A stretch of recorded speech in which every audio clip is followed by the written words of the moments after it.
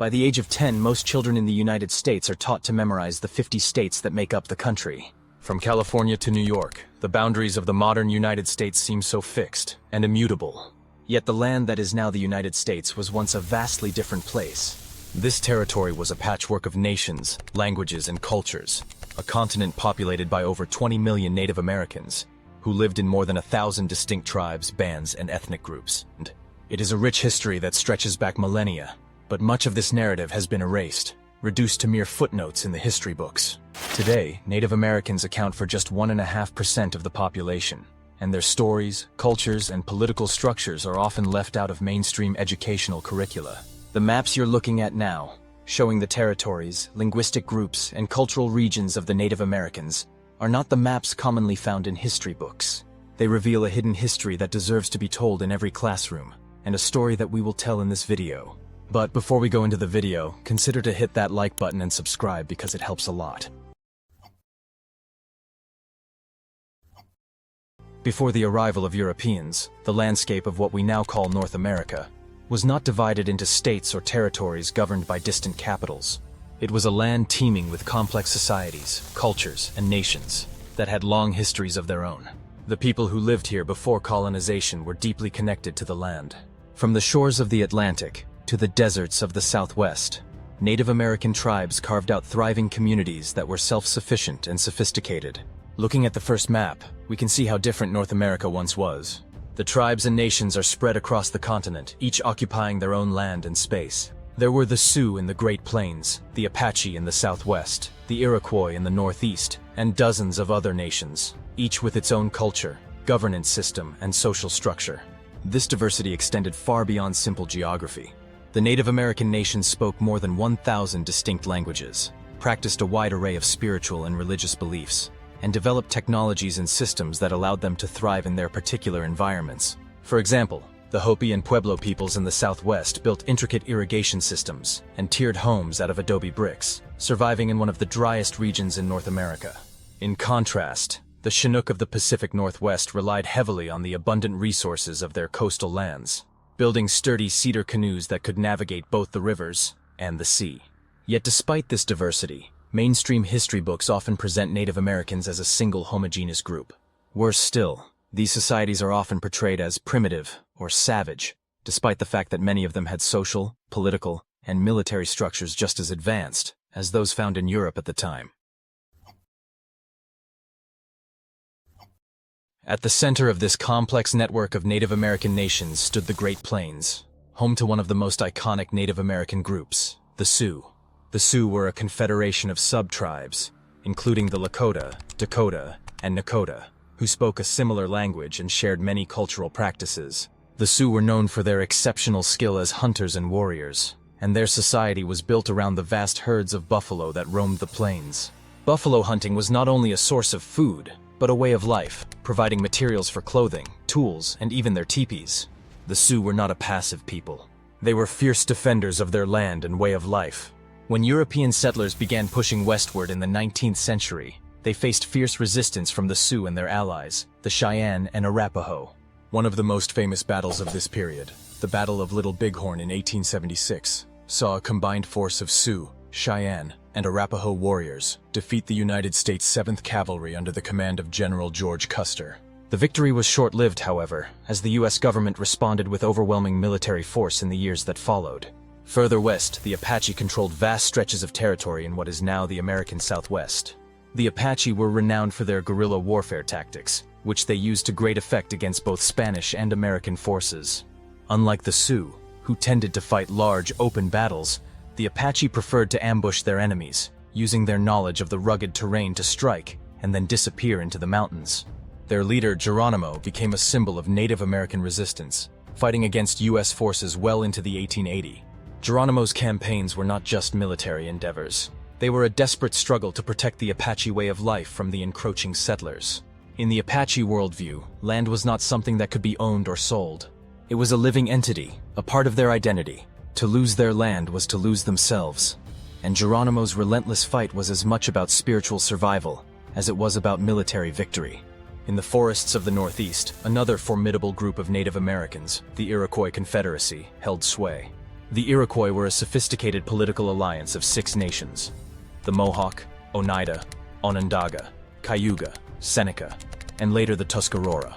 The Iroquois Confederacy was one of the most powerful political entities in North America, known for its highly organized form of government. Each of the 6 nations had its own council, but they also sent representatives to a Grand Council, where decisions were made collectively. The Iroquois were formidable warriors, often engaging in brutal conflicts with neighboring tribes and European settlers alike. However, they were also skilled diplomats, and their alliances with both the French and the British during the 17th and 18th centuries allowed them to maintain a strong presence in the region for many years. The Iroquois Confederacy is often cited as an early example of federalism, and it's even believed that their system of governance may have influenced the development of the U.S. Constitution.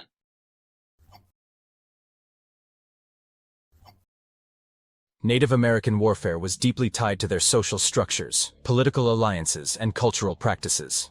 Unlike European armies, which relied on large hierarchical forces, Native American warfare was often decentralized and tactical.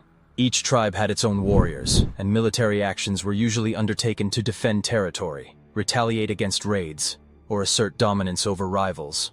The Cherokee of the Southeast, for example, were known for their warrior class, which was highly respected within their society. The Cherokee were skilled archers, trackers, and strategists, often using the dense forests of their homeland to launch surprise attacks on their enemies. They fought both other Native American tribes and European settlers, particularly during the Anglo-Cherokee War of 1758 to 1761, which saw them aligned with the French against the British.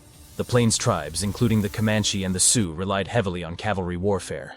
The Comanche, in particular, were known as some of the finest horsemen in the world. They mastered the use of horses after they were introduced to North America by the Spanish in the 16th century, and they quickly adapted this new technology to their advantage. The Comanche were able to move swiftly across the plains, using their horses to outmaneuver and outflank their enemies. Their raids were fast and devastating, often targeting both rival tribes and European settlers alike. Unlike the centralized armies of Europe, Native American warriors were highly mobile, relying on speed, surprise, and intimate knowledge of the land. In battle, warriors often fought for personal glory and honor, but they also understood the importance of collective survival. Some tribes, such as the Apache, developed highly effective guerrilla warfare tactics. They would ambush their enemies, attacking in small, agile groups before disappearing into the landscape. This allowed them to harass much larger and better equipped European forces for years, if not decades. One of the most remarkable aspects of Native American warfare was the level of intertribal diplomacy that existed. Tribes would often form alliances, both with each other and with European powers, in order to strengthen their position in conflicts. For example, during the French and Indian War, the Iroquois Confederacy played a crucial role in the outcome of the war. While initially neutral, they eventually sided with the British, helping them to secure key victories against the French. This alliance, however, came at a cost, as the internal divisions within the Iroquois Confederacy weakened their position in the years that followed. The arrival of European explorers in the late 15th and early 16th centuries marked the beginning of a catastrophic era for Native American nations. Initially, contact between Native Americans and Europeans was limited to trade and diplomacy. However, as European settlers began to establish permanent colonies, the relationship quickly soured. The Europeans brought with them a host of new technologies: guns, steel tools, and horses. But they also brought diseases, such as smallpox, measles, and influenza, to which the Native Americans had no immunity. These diseases spread rapidly through Native American communities, decimating entire tribes. It's estimated that between 80 and 90% of the indigenous population died from these diseases within a century of European contact. The social, political, and economic structures of many tribes were shattered, leaving them vulnerable to European encroachment. The Spanish were among the first Europeans to establish colonies in North America, and their arrival had a particularly devastating impact on the Native American nations of the Southwest. The Pueblo Revolt of 1680, one of the most successful indigenous uprisings in North American history, saw the Pueblo people drive the Spanish out of modern-day New Mexico for more than a decade. Under the leadership of a religious figure named Pope, the Pueblo destroyed Spanish missions, burned crops, and reclaimed their ancestral lands. Though the Spanish eventually returned, the revolt remains a powerful symbol of Native American resistance. Further east, the French established their presence along the Mississippi River and the Great Lakes. The French, unlike the Spanish or the British, often formed alliances with Native American tribes, particularly in the fur trade.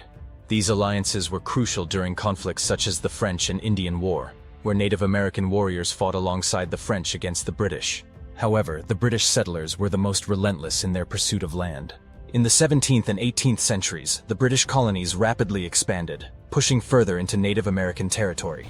This expansion sparked a series of bloody conflicts, including King Philip's War in New England, which saw the Wampanoag chief Metacom, known to the British as King Philip, lead a coalition of tribes against the English settlers. The war resulted in the deaths of thousands of Native Americans and effectively ended indigenous resistance in New England. As European settlers continued their westward expansion in the 19th century, Native American tribes were systematically displaced from their ancestral lands. The Indian Removal Act of 1830, signed by President Andrew Jackson, marked a dark chapter in U.S. history. This law authorized the forced removal of Native American tribes living east of the Mississippi River to lands west of the river, in what was known as Indian Territory, modern-day Oklahoma. Thousands of Native Americans, including the Cherokee, Creek, Choctaw, Chickasaw, and Seminole, were forcibly relocated on what became known as the Trail of Tears. The journey was long and brutal, with many dying from disease, exposure, and starvation along the way. The Cherokee, in particular, suffered immense losses, with an estimated 4,000 of the 16,000 who began the journey perishing before they reached their new lands. Despite the overwhelming hardships, the Cherokee and other tribes attempted to rebuild their societies in Indian Territory, though they would face continued pressure from settlers and the U.S. government. While the history of Native Americans is often portrayed as one of tragedy and loss, it is also a story of remarkable resilience. Despite centuries of displacement, warfare, and attempts at cultural assimilation, many Native American nations have managed to preserve their languages, traditions, and identities.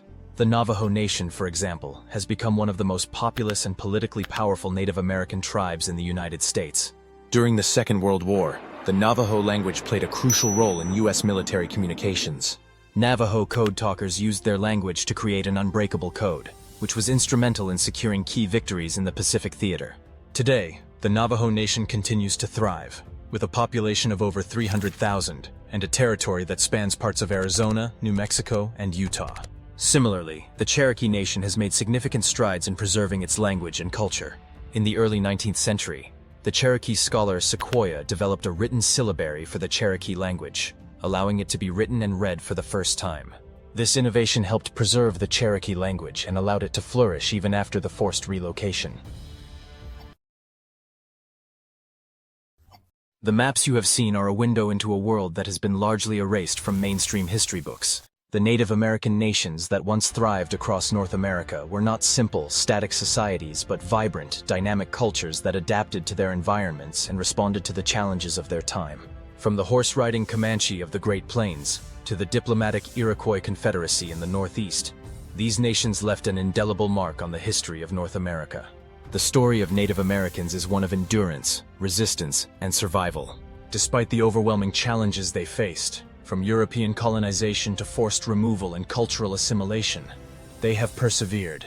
Today, Native American cultures continue to contribute to the rich tapestry of American life, and their history deserves to be recognized and remembered. The maps you've seen remind us that this history is not lost. It is just waiting to be told.